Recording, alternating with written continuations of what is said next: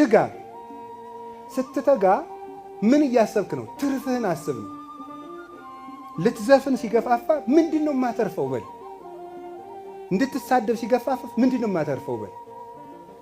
ስጋ የማይገባ ነገር እንድትሰራ ሲያሸንፍ ከዚህ ምንድነው የማተርፈው በል። ቀጥሎ ምን ታተርፋለህ? ትርፉን አስብ ነው። ትርፉን አስብና በዚያ ከስሜት ውጭ በሆነው የነፍስህ መንገድ ጽናበት ነው። አንድ ሰው ምንም ሱስ ወይም ኃጢአት ውስጥ ቢሆን ምንድነው የማተርፈው ብሎ ከጠየቀ መዳን ይችላል፣ ማቆም ይችላል። ሰይጣን ሁልጊዜ እንዳንጠይቅ ነው የሚያደርገን። ድርጊቱን ብቻ እንድናስብ ነው የሚያደርገን እንጂ ከድርጊቱ በኋላ ያለውን ነገር እንድናስብ አያደርገን። ምንድነው የማተርፈው? መንግሥተ ሰማያት። ምንድነው የማተርፈው? ጸጋ። ምንድነው የማተርፈው? ጤና። ምንድነው የማተርፈው? በእግዚአብሔር ዘንድ ያለ ባለሟልነት። ምንድነው የማተርፈው? ረድኤት። ምንድነው የማተርፈው? ዕድሜ።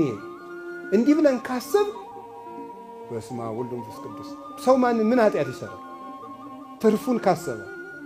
ሶስተኛው ምንድነው ማሰብ ያለብን? ኪሳራውን ነው። ማታ ስትተኛ ወንድሜን አስቀየምኩት፣ ማንን አስቀይም የገባው በል ይላል። በዝርዝር ነው የሚጽፈው በዜና አበው ላይ። ማታ ስትገባም ዛሬ ማንን አስቀየምኩ? ከክርስቶስ ጋር ዋልኩ ወይስ ከሰይጣን ጋር ዋልኩ በል። ሌሊት ጠዋት ስትነሳ ከእግዚአብሔር ጋር አደርኩ ከሰይጣን ጋር በል። መንግሥተ ሰማያትን ይዣት አደርኩ ሲኦል ውስጥ ገብቻ አደርኩ በል። ኪሳራህን ገምግም ነው ጠዋትና ማታ። የማያስብ ነጋዴ፣ ኪሳራውን የማያስብ ነጋዴ፣ ትርፉን የማያስብ ነጋዴ ይሄ ምን ይባላል? ዘምቶ ተወረስ ይባላል አሉ ብፁዕ አቡነ ኤልሳ በረከታቸው ይድረሰን በአጸደ ነፍስ። ዘምቶ ተወረስም ይባላል። ዘምቶ ተወረስ ማለት ምን ማለት እንደሆነ ሆሆ ልትወውሽ ከጦርነት ጋር እንዳይገናኝብኝ ነገሩ ግን ያለ መጽሐፍ ላይ ነው። ልናገረው። ምን ማለት መሰላችሁ? ዘምቶ የሚወረስ ማለት ዘመቻ ሊያስፋፋ ወይም ግዛት ሊያስፋፋ ወደ ሌላ ሀገር ውጊያ የሚሄድ ንጉሥ ነው። ሲሄድ ግን በምስራቅ ወደ ምስራቅ ግዛት ሊያስፋፋ ሲሄድ ምሳሌ በምዕራብ ባለው ድንበሩ ምን አላስቀመጠበትም? ጠባቂ አላስቀመጠም።